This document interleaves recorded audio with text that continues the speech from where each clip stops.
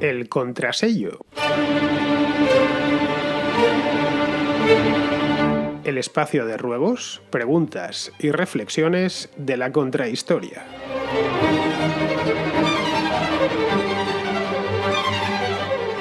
Bienvenidos a esta primera edición del Contrasello. Vendrán muchas más, no os preocupéis, porque tengo un montón de notas de voz, de consultas históricas en la recámara, muchísimas, no os podéis imaginar cuántas. Os decía el mes pasado que la cantidad de notas de voz que me habíais ido enviando a lo largo de los últimos meses era tan grande que no había tiempo material en las contrahistorias para sacarlas todas. Al final resulta que tenía ya notas atrasadas del mes de febrero y que no veía la manera de poderlas sacar. Así que pensé que lo mejor era crear un espacio monográfico dentro de la propia contrahistoria. Pensé en llamarlo solo para las preguntas, respuestas, etc. Pensé en llamarlo la contraconsulta, y así os lo comenté el mes pasado, y os lo he dicho hasta hace solo unos días. Decía, bueno, en breve saldrá la contraconsulta o el contraconsultorio, pero la palabra no me terminaba de convencer. Yo soy muy especialito para las palabras. Las palabras no solo tienen que significar, sino que además me gusta que sean bonitas. Y la verdad, contraconsultorio no era muy bonita. Parecía que os voy a sacar un diente o algo así con eso del consultorio. Así que anduve pensando durante días cómo podía llamarlo, pero no se me ocurría ninguna. Así que lo que hice fue dirigir la mirada a los clásicos, que eso no suele fallar nunca. Agarré el diccionario enciclopédico de la lengua española con todas las voces, las frases y los refranes y las locuciones de uso en España y en la América Española. Este es un diccionario del siglo XIX, publicado en el año 1870 por Nemesio Fernández Cuesta, que tengo no el ejemplar original, pero sí tengo una copia en PDF desde hace un montón de tiempo, así que y a veces me gusta mirarlo, porque tiene palabras algunas en desuso, otras que no se usan desde hace siglo y pico, y entonces, pero todas muy bonitas, eso sí. Así que me puse a leer el diccionario de Nemesio Fernández Cuesta para buscar inspiración y claro, la encontré. Hay muchísimas palabras en nuestro idioma que empiezan por contra, que es una preposición muy socorrida, si la colocamos como prefijo hay un montón de ellas, de modo que recorriendo la página 637, os lo doy por si queréis ir a buscarla, de este diccionario de Fernández Cuesta, me di de bruces con el término contrasello, que me encantó. Sí lo había oído en alguna ocasión, pero no se me había ocurrido, así que se lo tuve desde 1870. Nemesio Fernández Cuesta me envió la nota y me dijo, utiliza esta de contrasello. Hoy la verdad es que ya no enviamos cartas, lo digo para quien no haya escuchado jamás esto de contrasello.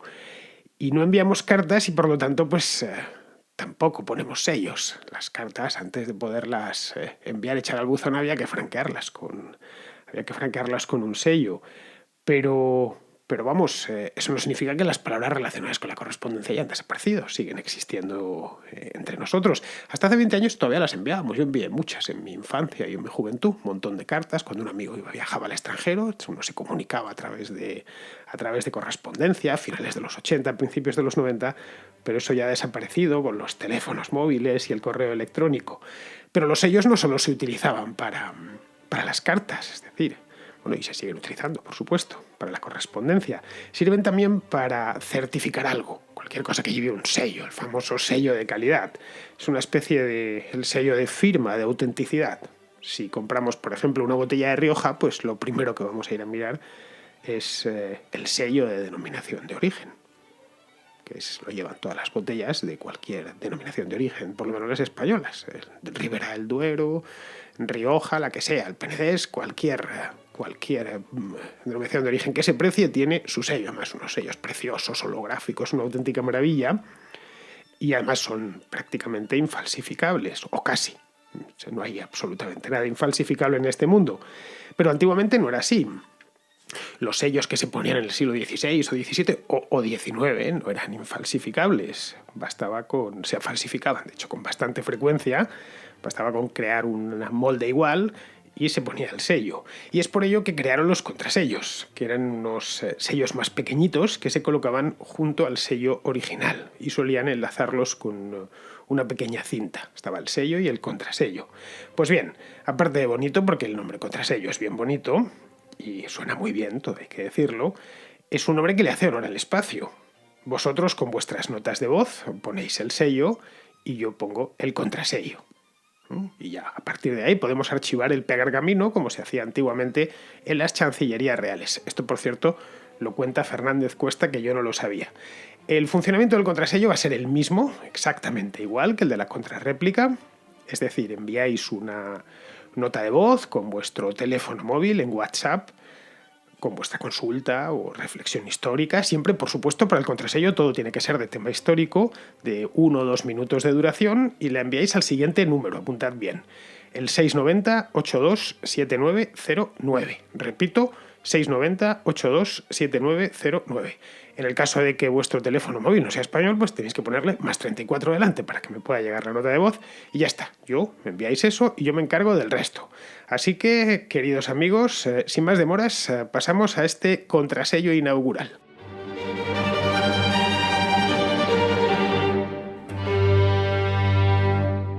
Empezamos con Daniel, que es un oyente de Valencia, que tiene una consulta sobre la guerra entre Rusia y Finlandia. Sí, hubo una guerra entre estos dos países, aunque parezca muy desproporcionada, pero la hubo, y además de unos cuantos meses, allá por el año 1939.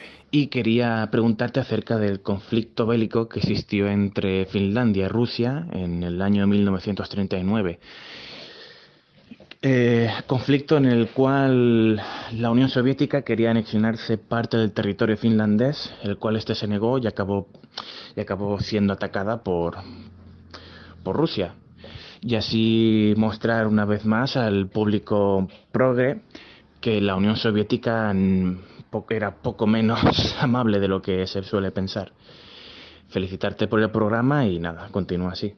Pues mira, Daniel, supongo que habrás leído y estudiado algo sobre esta guerra, que es bastante interesante, por cierto. Esta guerra se la denominó Guerra de Invierno, porque tuvo lugar entre noviembre del año 1939 y marzo del año 1940. Si el invierno en esas fechas es duro en España, no te quiero ni contar lo que debe de ser en la frontera entre Rusia y Finlandia. Bueno, hay fotografías y material cinematográfico sobre ese episodio bélico, y se les ve a los soldados literalmente enterrados en nieve. No debieron pasar las canutas. Por suerte eran rusos y finlandeses que están acostumbrados a luchar en esas condiciones y en general a vivir en esas condiciones. Bien, la guerra de invierno fue un desastre militar para la Unión Soviética, que no consiguió, como pretendía, anexionarse Finlandia, que era el origen de la guerra, fue ese. Stalin ambicionaba, así de manera general, a partir del año 39, cuando firma el acuerdo con Hitler, ambicionaba retomar las fronteras del imperio de los zares, que habían retrocedido mucho a causa de la paz, del Tratado de Paz de Brest-Litovsk, que lo habían firmado los propios bolcheviques, lo había firmado Lenin, en el año 1918, es decir, 20 años antes. Lenin le había dado a los alemanes y a los austríacos lo que pidieron, con tal de poner fin a la guerra y poderse concentrar en la consolidación de los bolcheviques en el poder. Según Lenin se vio libre de las ataduras bélicas con Alemania y con Austria, pues ya se pudo poner a instaurar la Unión Soviética o el poder soviético. La Unión Soviética nacería más tarde, en el año 22, y a pelearse contra los rusos que no estaban de acuerdo con él, es decir, contra los rusos blancos. Bien, esto se quedó así en el año 18, unos meses antes del Tratado de Versalles. Como veis, si se hubiesen esperado un poco hubieran sacado bastante más, porque Rusia empezó la Primera Guerra Mundial en el bando de los aliados, pero los bolcheviques eran unos impacientes y para ellos el poder estaba por encima de todo. Bueno, el hecho es que 20 años más tarde, ya en el año 39, en agosto del 39, va a hacer el aniversario redondo, se celebrará el año próximo, se celebrará el 80 aniversario del Pacto de No Agresión nazi-soviético. Hitler y Stalin, Molotov-Ribbentrop, que eran sus ministros, Molotov por parte de la Unión Soviética y Ribbentrop por parte de Alemania, firmaron un acuerdo de no agresión. Y eso dejaba manos libres a Stalin para apoderarse de las repúblicas bálticas. Hitler se las dejó, las relajó tranquilamente, que habían conseguido su independencia en el año 1920. Estonia, Letonia y Lituania existieron en el periodo de entreguerras y luego volvieron a existir como naciones independientes a raíz del colapso y la desaparición de la Unión Soviética ya en 1990. Bien, volvemos de nuevo al año 39. Aquel año, lo primero que hizo Stalin, nada más firmar esto con Hitler, fue invadir su parte de Polonia. El día 1 de septiembre Hitler invadió Polonia, empezó la Segunda Guerra Mundial y unos días más tarde, creo que fue el 17, Stalin invadió la parte oriental del país. Ahí se quedó y unos meses más tarde la emprendió contra Letonia, Lituania y Estonia.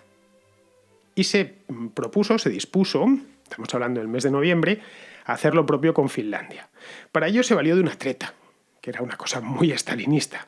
El ejército rojo bombardeó una aldea que estaba cercana a Leningrado y acusó al gobierno finlandés de ser el responsable del bombardeo. Clásico ataque de bandera falsa.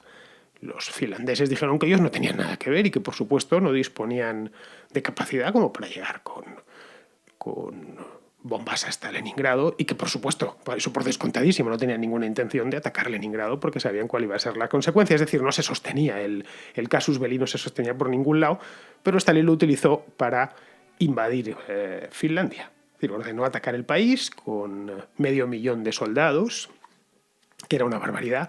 Para que os hagáis una idea, Finlandia en el año 1939 tenía 3 millones de habitantes. Pues Stalin le echó 500.000 de soldados rusos, o soldados soviéticos, para el caso, sobre el país.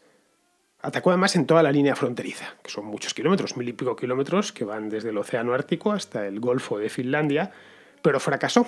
Además fracasó estrepitosamente. Después de varios meses combatiendo en la taiga, con unas condiciones meteorológicas horrorosas, propias del clima de aquella zona de Europa, pues al final tuvo que avenirse a un acuerdo de paz. ¿Sí? Un tratado de paz, pues porque no le quedaba otra. Dijo, bueno, aquí no quiero seguir enterrando gente y además estoy haciendo el ridículo en todo el mundo. El acuerdo de paz fue que Finlandia le entregaba el istmo de Karelia, que es lo que queda entre el lago Ladoga y el Golfo de Finlandia, que había quedado en manos de Finlandia tras su independencia, después de la Primera Guerra Mundial, y luego un par de territorios en Laponia, en el norte del país, territorios sin ningún valor. Fue una guerra esta guerra de invierno, que no duró mucho, apenas unos meses, pero que curiosamente ha sido ignorada, diría, sí, bastante ignorada, muy poco tratada o abiertamente ignorada por la historiografía, a pesar de su importancia. Evidentemente no por la historiografía finlandesa, que sí que la trata y la trata mucho, es uno de sus grandes episodios patrióticos en Finlandia, con razón además, pero fuera de Finlandia, no sé si es porque luego todo quedó opacado por la Segunda Guerra Mundial, el hecho es que fue una guerra bastante importante. Y digo que importante porque, aparte de que perdiese la Unión Soviética, contra pronóstico, yo creo que es indudable la influencia que tuvo esta guerra, este fracaso soviético en Finlandia, sobre el ánimo de Adolf Hitler a la hora de invadir la URSS, que la invadió en junio de 1941. Era el año siguiente, unos meses más tarde, un año y terminó en marzo, pues 1 año y 3 meses más tarde. ¿Y por qué digo esto? Bueno, pues en Berlín lo debieron ver. Si los soviéticos no son capaces de invadir un país pequeño, bueno, no es pequeño de tamaño, pero sí desde el punto de vista humano, es decir, un país de 3 millones de habitantes, pues que es un ejército que no vale absolutamente nada. Es decir, que solo puede combatir cuando el enemigo se ha rendido. Nada, con lo que pasó en Polonia, esencialmente. Pero en el momento en que se les ponen delante y les oponen resistencia, no van a hacer nada. Es decir, no tienen ninguna capacidad. Luego, si los finlandeses han conseguido prácticamente vencerles, ¿qué no haremos nosotros, que tenemos el ejército más potente del mundo? En fin, que eso, yo creo que hubo otras causas que motivaron la Operación Barbarroja, pero fue esa una de las más importantes. Bien, vamos a seguir. Seguimos con Gabriel, que es un oyente de Savannah, que está en Georgia. No es la primera vez que Gabriel llama, que escuchó la contrahistoria que hice hace unos meses sobre la esclavitud y quiere aportar un dato extra. Quería decirte, Fernando, abundando un poco en el tema de la esclavitud, que te quedó bien bueno, es que no solamente en el Antiguo Testamento, sino en el Nuevo, se hace referencia en la Biblia, en el caso de los escritos de Pablo, específicamente en el libro o la carta a Filemón.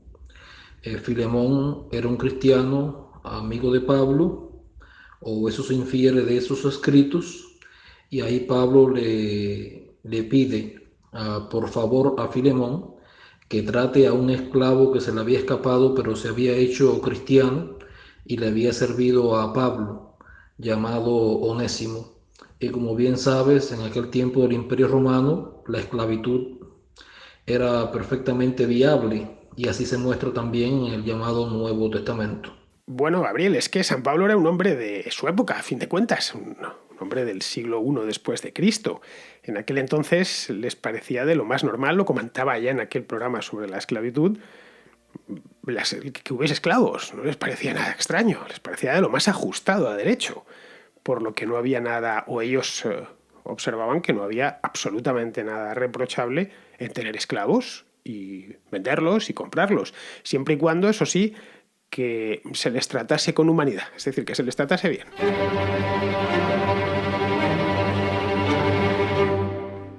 Vamos con otra llamada. Esta nos llega desde Palma de Mallorca, donde está Esteban, que tiene una consulta sobre un tema parecido al que acabamos de ver, sobre Jesucristo. Hoy quería hacerte una consulta para la contrahistoria, para el consultorio de la contrahistoria, y es referente al personaje Jesucristo, Jesús de Nazaret. Quería saber, porque sé que hay mucha controversia con respecto a su existencia real, y bueno, he leído un poco por internet, pero claro, también en internet hay que saber, hay que tener criterio, ¿no? Porque hay muchos bulos y tal, y entonces no sé muy bien. Pero quería saber tu opinión por eso. Si hay realmente evidencia empírica, científica, de historiadores serios que digan que bueno, que sí que existió el personaje, o no, o si es simplemente un mito más o una historia más de la religión católica, o como tantas otras religiones que realmente son mitos o leyendas o no sé cómo llamarlos, pero bueno, que no son, no, que no son historias realmente. Eh, Quería saber un poco tu opinión sobre esto porque bueno, sé que eres un historiador serio y te respeto como profesional y es un tema que me interesa mucho y nada, muchas gracias de antemano y un saludo. A ver, Esteban, a ver cómo te lo explico, porque es un tema largo que podría dar pie a 16 programas seguidos, pero quiero hacerlo en unos pocos minutos. A ver, evidencia empírica, que es lo que estás pidiendo, pues no hay, porque... Bueno, pues porque en el siglo I después de Cristo no estaba inventada la fotografía, ni el vídeo, ni las grabaciones de audio. Es decir, que tampoco Cristo tenía DNI, es decir, cédula de identidad, ni nada de eso, era un indocumentado. Pero es que todos los seres humanos éramos unos indocumentados hasta hace un siglo. Todos nuestros bisabuelos, tatarabuelos eran lo que hoy conoceríamos como un indocumentado, no tenían ningún tipo de documento. Decían, yo me llamo Pedro Pérez y es que se llamaba Pedro Pérez, no hacía falta ningún papel. Hasta la creación del pasaporte, uno se llamaba como decía llamarse. No había ningún papel que lo asegurase. Estaban los registros, por lo menos en la Europa cristiana, los registros parroquiales de bautismo y poco más. Y no quedaba ninguna evidencia empírica más de la existencia de una persona más allá de sus propias obras. En caso de un escultor, un músico, un escritor, pues sí, quedaba que este tipo había escrito Miguel Ángel, ¿no? Pues este hombre era pintor y pues fuera de lo común, firmaba sus obras, pero nada más. Bien, con Jesucristo ni siquiera existían los registros parroquiales porque el cristianismo todavía no había nacido, aunque su mera existencia motivó el nacimiento del cristianismo. Es decir, que no tenemos ni evidencia física o arqueológica de la existencia de Jesucristo. Lo que tenemos son fuentes documentales. Muchísimas cosas a lo largo de la historia solo hay fuentes documentales. No te pienses que esto es una excepción. Unas son de tipo religioso, de los evangelios, los hechos de los apóstoles, en fin, las referencias bíblicas que tenemos de Jesucristo. Podemos pensar ya, pero es que la Biblia no es un libro histórico y no lo es, obviamente. Es un libro litúrgico, un libro religioso, pero que tiene... Evidentemente esto no está construido en el aire. Una buena parte de los hechos narrados en la Biblia, tanto en el Antiguo como en el Nuevo Testamento, tiene una base histórica.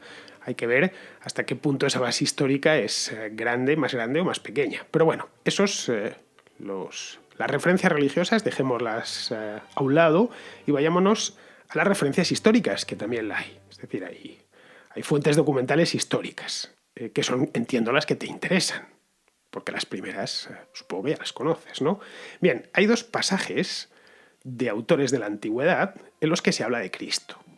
El primero, que es el más famoso, es el de Flavio Josefo, que este hombre fue un historiador judío que se romanizó, de ahí su nombre, Flavio Josefo, de la segunda mitad del siglo I después de Cristo, es decir, él no conoció a Jesucristo ni nada por el estilo, ni cuando nació ya había muerto. Y él, bueno, fue un protegido de los emperadores romanos, de de distintos emperadores romanos y una vez ya en Roma, a finales del siglo I, escribió varios libros y uno de ellos se llama Antigüedades Judías, que fue escrito en torno al año 90 más o menos. Y ahí hace un par de referencias a Jesucristo. Es una obra esta de Antigüedades Judías que no habla del cristianismo ni de Jesucristo, simplemente trata de hacer una pequeña historia de los judíos para los lectores romanos de la época. Además, bueno, como ahora controláis y además acabáis de sofocar una revuelta gigantesca, la del año 70 después de Cristo en Judea, pues que sepáis quién es este pueblo, de dónde viene y qué es lo que ha hecho en los últimos miles de años. Eso era el motivo por el que Flavio Josefo escribió Antigüedades Judías. Y ahí lo que hace este historiador habla del juicio, en uno de los libros, habla del juicio de Jesús ante el Sanedrín. Esto, por supuesto, muchos lo han dado como no le han dado valor histórico, han dicho que eso es una extrapolación cristiana posterior, simplemente. Bien, bueno, tanto me vale una cosa como la otra. Ninguna de las dos tiene, entre comillas, demostración empírica. Unos te dirán que es auténtico y otros te van a decir que es falso, que es una extrapolación, que el testimonio flaviano, que es así como se llama, unos te dirán que es mentira y otros que es verdad. Luego, aparte esta de Flavio Josefo, que es la más famosa, yo creo, tenemos otra referencia en Tácito. Tácito es un escritor romano, uno de los grandes, que vivió en la misma época que Flavio Josefo, a la segunda mitad, finales del siglo I, principios del siglo II. Cuando habla Tácito del incendio de Roma, que se produjo en el año 64, él creo que no había nacido todavía, habla de los cristianos y de Cristo. Hace un comentario por encima sobre ellos. Habla incluso de Cristo, que fue condenado por Poncio Pilato durante el reinado de Tiberio, del emperador Tiberio. Que claro, para un tipo como Tácito, pues habían pasado 80 o 90 años y aquello le quedaba lejísimos. Bien, de esto de Tácito, se ha dicho que es una interpolación cristiana muy posterior por una razón sencilla. Se apoyan los que defienden esta tesis en que no se conserva ninguna copia original de los anales, que es donde aparece escrita esta referencia. Que por lo tanto los cristianos tuvieron miles de años posteriormente pues, para introducir pequeñas morcillitas dentro del texto y es bien, aquí en el incendio de Roma vamos a colocar algo nuestro. De nuevo, no lo sabemos. Es decir, no tenemos ni idea. No lo sabemos a ciencia cierta, quiero decir, si existió o no existió. Hay indicios, desde luego, que alguien llamado Cristo vivió en la Judea del siglo I, tanto por las fuentes que tenemos religiosas como por las puramente históricas, y que fue ejecutado. Nada más. Eso sí, tenemos indicios, no la seguridad ni la certeza completa, pero es decir, que no deja de ser una suposición. Pero en cuestiones históricas hay que aprender a vivir con la duda. Eso de lo sabemos todo y lo sabemos todo a la perfección, eso es imposible. Y cuanto más nos alejamos en el tiempo, más imposible todavía. La duda es el estado natural del historiador. Y todo historiador que os venga diciendo yo tengo la certeza completa de esto, o se lo está inventando, o realmente lo cree, pero no es cierto, no la tiene ni muchísimo menos.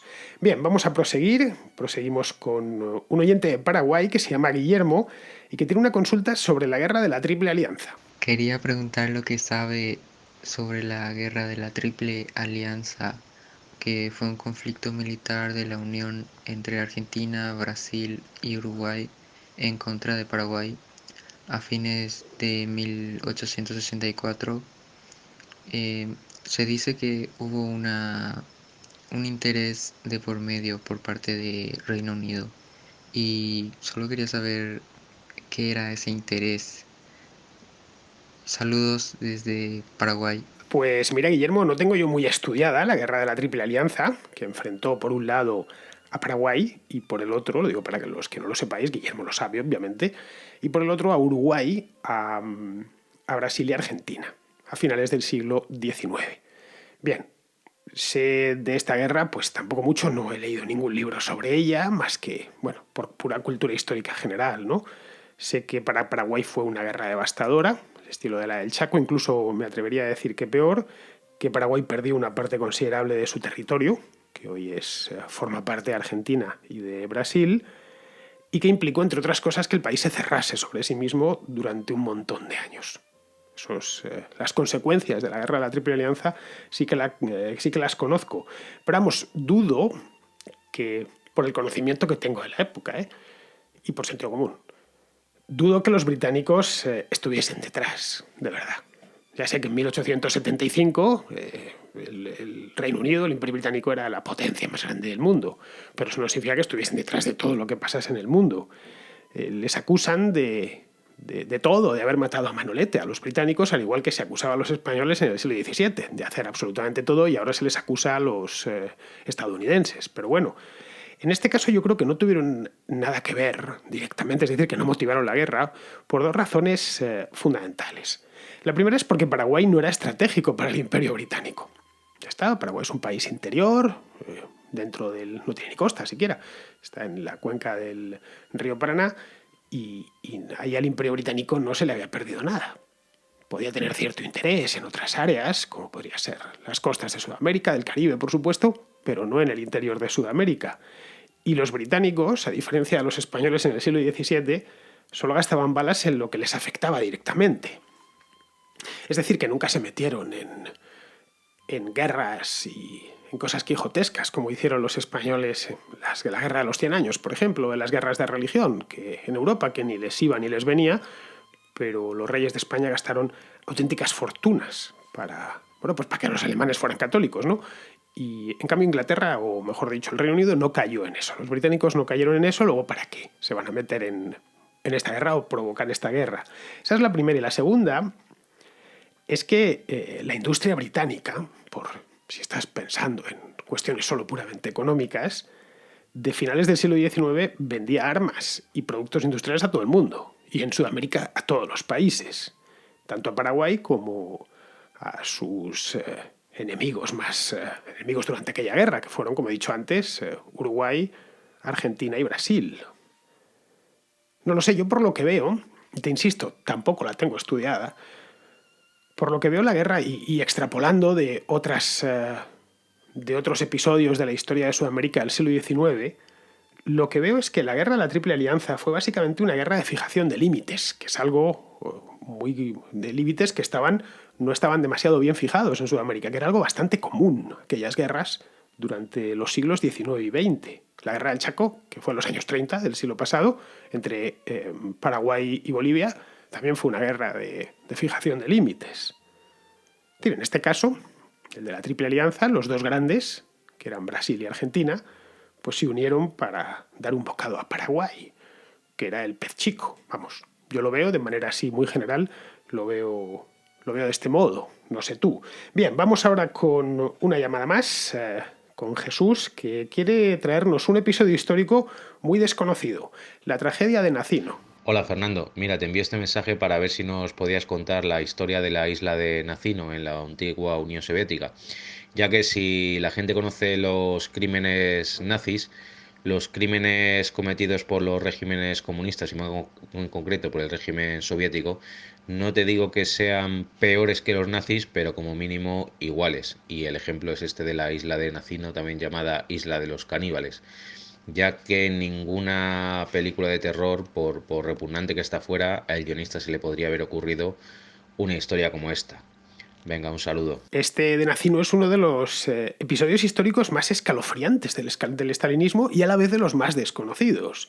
Y ojo que hay competencia de episodios escalofriantes durante el estalinismo. Yo tengo varios en mi Historia criminal del comunismo, que publiqué hace ya un montón de años. La tenéis tanto en versión de papel como en versión electrónica, digital, en ebook, en Amazon. La podéis pedir por ahí. Bien, pues no traté la tragedia de Nacino, pero es un buen episodio, y no la traté porque no encontré información suficiente en aquel entonces como para hacer un capítulo en condiciones. Hoy parece ser que hay más, se ha escrito más sobre este tema, pero en aquel entonces, cuando escribí lo de la Historia criminal del comunismo, no encontré suficiente material de texto. Al final tú escribes 4 o 5 páginas, pero es que para escribir 4 o 5 páginas has tenido que leer 80 o 90 sobre el mismo tema como mínimo, y yo no encontré esas 80 o 90 sobre esta historia de Nacino. Pero bueno, volviendo sobre este tema, básicamente para los que no lo conozcáis, que evidentemente Jesús lo conoce bien, pero Veo que quizá muchos de vosotros no habréis oído jamás hablar de esto, de la tragedia de Nacino. La historia fue más o menos como sigue. En el año 1933, Jagoda, que era el jefe de la OKPU era la checa, que es la policía política, propuso a Stalin un plan para reubicar a gente que no era afín al régimen en Siberia. Se hacían deportaciones continuamente, pero esta en concreto iba dirigida a los que no estaban pasaportizados. Ahora os explico de qué iba eso. Es decir, ellos querían, a la vez de sacar de Moscú y de Leningrado y de las principales ciudades del oeste, sacar a los indeseables, ya de paso, pues, colonizar Siberia, que fue uno de los sueños del estalinismo desde siempre. Tenemos ahí un montón de territorio que está improductivo y, en cambio, aquí tenemos gente que no la queremos tener. Por lo tanto, una cosa y la otra es fácil. Les mandamos ahí en un tren y que se conviertan en granjeros. Claro, si la taiga rusa o siberiana está deshabitada, es porque no puede estar habitada, en una palabra, porque aquella tierra es durísima, no es especialmente fértil, está muy al norte, en fin. Bueno, la cuestión es que en los años 30 estaban con esa historia y Yagoda le llegó a Stalin, le vino a Stalin con esta idea. La idea era trasladar hasta el curso medio del río Obi, es decir, en plena taiga, buscando es uno de los grandes ríos de Eurasia, buscando en el mapa, trasladar a los que no habían pasado la pasaportización. Os preguntaréis, ¿qué es eso? ¿Qué fue eso de la pasaportización? Fue un proceso que se produjo en Rusia, en la Rusia soviética, a principios de los años 30, que además estuvo auspiciado especialmente por el propio Stalin, para tener fichado a todo el mundo, fichado y atado a un puesto de trabajo. Un poco algo neomedieval, neoseñorial, hace broma, pero es así. Así que los que no habían podido obtener el pasaporte, se llama pasaporte interno, es decir, mercaderes, vendedores ambulantes, mendigos, campesinos huidos de las hambrunas sucesivas que se habían ido produciendo a lo largo de los años 20 en el campo ruso. Bueno, pues toda esta gente que era un poco inclasificable, que no se les podía meter en ningún... no se les podía poner nada en el pasaporte, tenderos y cosas así, pues se les denominó, se les puso la etiqueta de elementos urbanos desclasados. Claro, un elemento urbano desclasado no tenía ninguna función en la Rusia soviética, no en el comunismo. Había que sacarlo de allí como fuese, o ejecutarlo o ponerle a trabajar.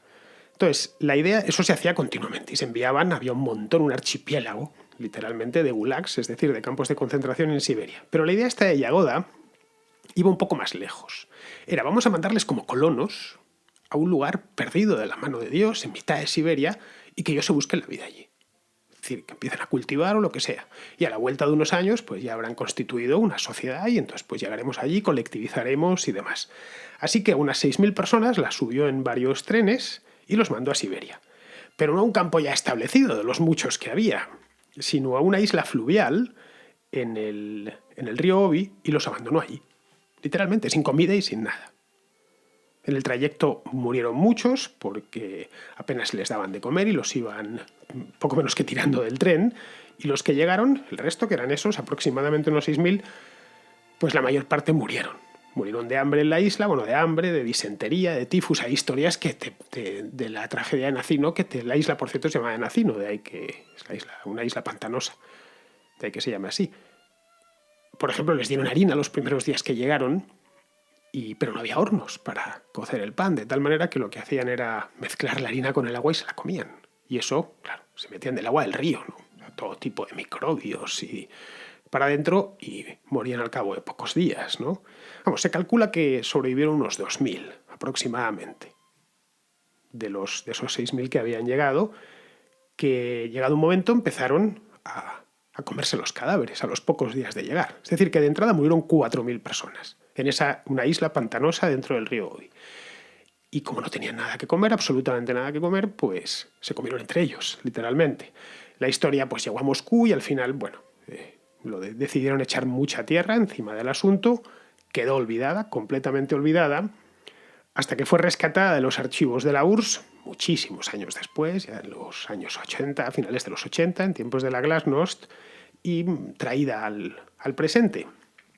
Pero se sigue sin tratar mucho. Ya digo, hasta hace no mucho tiempo era muy difícil encontrar información sobre la tragedia de Nacino. Se encontraba algo en ruso, algo menos en inglés y ya muchísimo menos en español.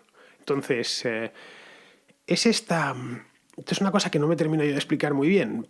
¿Por qué se ha corrido este tupido velo sobre los crímenes soviéticos durante tantas y tantas décadas? Conocemos hasta los detalles más íntimos del Holocausto en la Alemania nazi. Y me parece muy bien. Y es fantástico y es bueno que así sea y que se recuerde una generación tras otra. ¿Por qué razón cuesta tanto encontrar información sobre los crímenes, que fueron muchísimos, de los soviéticos, especialmente entre los años 20 y los años 60? Los 50 años fueron horrorosos. Cuesta, no os engaño. Cuesta encontrar información histórica, divulgativa también, estudios, en fin. Bueno, esto es una pregunta que me limito a dejar ahí en el aire. Bien, vamos a ir terminando ya. Terminamos con un oyente anónimo. Ya sabéis, hay que decir vuestro nombre antes de enviar un mensaje. Me llamo fulanito y soy de tal sitio. Él me ha dicho que está en Burgos o que es de Burgos, así que me parece muy bien. Burgos, un lugar maravilloso, pero queremos saber cómo te llamas. Así que la próxima vez que me envíes una nota de voz, dime cómo te llamas, porque me gusta llamar a la gente por su nombre, lo cual no tiene nada de raro. Bien, pues este oyente anónimo de Burgos tiene una petición. Tendría una petición, o más bien, supongo que resultaría interesante, en referente a la contrahistoria, realizar una sobre la batalla del Jarama, en la cual se enfrentan por primera vez, o ese es el parecer de la gente, que se enfrentan por primera vez los dos ejércitos, y se enfrentan en mismas condiciones. Los republicanos fortificados y el ejército sublevado intentando cortar la carretera de Madrid a Valencia, o de Valencia a Madrid, según se mire, y dejar Madrid cortarle la cuerda de cometa en la cual se posiciona en la guerra. Creo que es interesante por el efecto de esta batalla, más que nada porque muchas de las tácticas y procedimientos que se usan en la batalla son utilizados en la Segunda Guerra Mundial, así como la colaboración de la aviación con las tropas de tierra, tanto en el ejército republicano como en el ejército sublevado. Y sería interesante, más que nada porque creo que hay una gran cantidad de anécdotas, y es una batalla muy rica, la de febrero de 1937. Muchas gracias por todo y por atender este audio, y seguir así, que aparte de ser un entretenimiento más que satisfactorio, creo que es muy interesante que la gente conozca la historia mundial y española, la cual es muy rica. La batalla del Jarama fue una de las más importantes de la guerra civil. Se ha hablado mucho de ella. Vamos, yo creo que aquí sí que no hay, en general, la guerra civil española está muy bien historiada y tiene un montón de literatura de todo tipo. Literatura de ficción y de no ficción. Esta batalla del Jarama, que se cumplió el 80 aniversario el año pasado, esto fue en febrero de 1937, se inscribe dentro de la ofensiva sobre Madrid. Es decir, si hablásemos de la gran batalla sobre Madrid, que empezó en el mes de noviembre de 1936, termina en marzo de 1937 en Guadalajara. Esta es en esos campos entre Guadalajara y Arganda del Rey, y se le conoce como la batalla del Jarama, pues porque por ahí baja el río Jarama, y no tiene otra razón de ser. Después del Jarama se acaba la ofensiva sobre Madrid, es decir, le pone fin a la batalla de Madrid. Ya Franco se olvida de tomar la capital y se concentra en el frente del norte. El mes de junio de ese año, el 37, es cuando toma Bilbao, y en agosto-septiembre, se carga contra Santander. Es decir, él ve que no hay manera y simplemente lo olvida. La idea de Franco en esta última ofensiva del Jarama, que se hizo con los italianos, con el cuerpo de voluntarios italianos, que la verdad no lo hicieron demasiado bien, todo hay que decirlo. La idea era envolver la capital por el este, porque por el oeste ya estaba envuelta. Y sobre todo cortar la carretera de Valencia para aislar totalmente a Madrid. Esa era la idea. El gobierno se había ido a Valencia y la ciudad se sostenía por ese cordón umbilical, lo que le llegaba a través de las líneas ferroviarias y de la carretera. Así que la idea de los nacionales era esa. No lo consiguieron pero sí dejó a Madrid fuera de juego ya totalmente, porque aunque no consiguieron cortar la carretera de Valencia, sí la tenían a tiro, por lo que cuando querían ametrallar un convoy lo hacían sin demasiados problemas. Es decir, la carretera a partir de febrero del 37, esa carretera entre Madrid y Valencia pasa a ser una carretera de gran riesgo. Aventurarse en ella podía costarle a uno la vida, y desde luego no para trasegar demasiados elementos bélicos. Es decir, en ese caso, en el caso de que los nacionales hubieran visto movimiento allí, hubieran contraatacado, pero es que no lo vieron. La ciudad se quedó ahí. Esto no se sabe mucho, pero 10 años antes de Berlín, Madrid estuvo partida en dos mitades. La ciudad quedó dividida durante 3 años. La frontera era el río, que fue rebasado por los nacionales a la altura de la ciudad universitaria, y ahí quedó la línea hasta marzo del 39. Es de hecho en ese punto donde se produce, en el Clínico, donde se produce la capitulación de Madrid en el año 39. Mucha gente cuando entra en el Hospital Clínico, que está en el mismo centro de Madrid, no sabe qué será el frente. No la entrada del Clínico, el mismo Hospital Clínico. Llegó al extremo que había plantas ocupadas por los nacionales y otras ocupadas por los republicanos, y combatían allí. El combate fue feroz, hasta que se estabilizó ya finalmente el frente. Combatían por los pasillos, había en una habitación republicanos y en el otro nacionales, le daban un piquetazo a la pared y se liaban con la metralleta. Hay un libro de memorias del general Iniesta Cano, que posteriormente, años después, llegó a ser director general de la Guardia Civil, que lo cuenta muy bien, es muy agradecido de leer, porque él estaba allí, él en aquel entonces creo que era capitán de la Legión, y lo cuenta muy bien cómo se pelearon. Allí, de hecho, delante del Clínico, en lo que es hoy la calle Isaac Peral, es donde mataron a Durrutia, a Buenaventura Durrutia, al sindicalista, al anarcosindicalista, que había llegado con una columna desde Barcelona. Le mataron a Durruti exactamente el 20 de noviembre del 36, es decir, el mismo día que estaban fusilando a José Antonio Primo de Rivera en la prisión de Alicante. Ya es una casualidad. Muy bien, queridos amigos, pues con esto termina el contrasello. Espero me ha dado tiempo a meter 6 llamaditas, pero me gusta tratarlas con dedicación, delicadeza y cuidado. Es decir, no pasar por ellas de cualquier manera, que sé que os cuesta esfuerzo enviarlas y que queréis que las tratemos, que cada uno de vuestros temas los tratemos con tranquilidad. Así que, bien, os espero en el próximo contrasello, que saldrá, pues a ver si puedo sacar otro este mes, porque, como os decía al principio, tengo muchísimos temas ahí pendientes. Y además, hablar de historia, ¿para qué os voy a engañar? Es una cosa que me encanta, me vuelve loco desde que era bien pequeño. Así que, queridos amigos, nos vemos, o nos escuchamos, mejor dicho, en el próximo contrasello.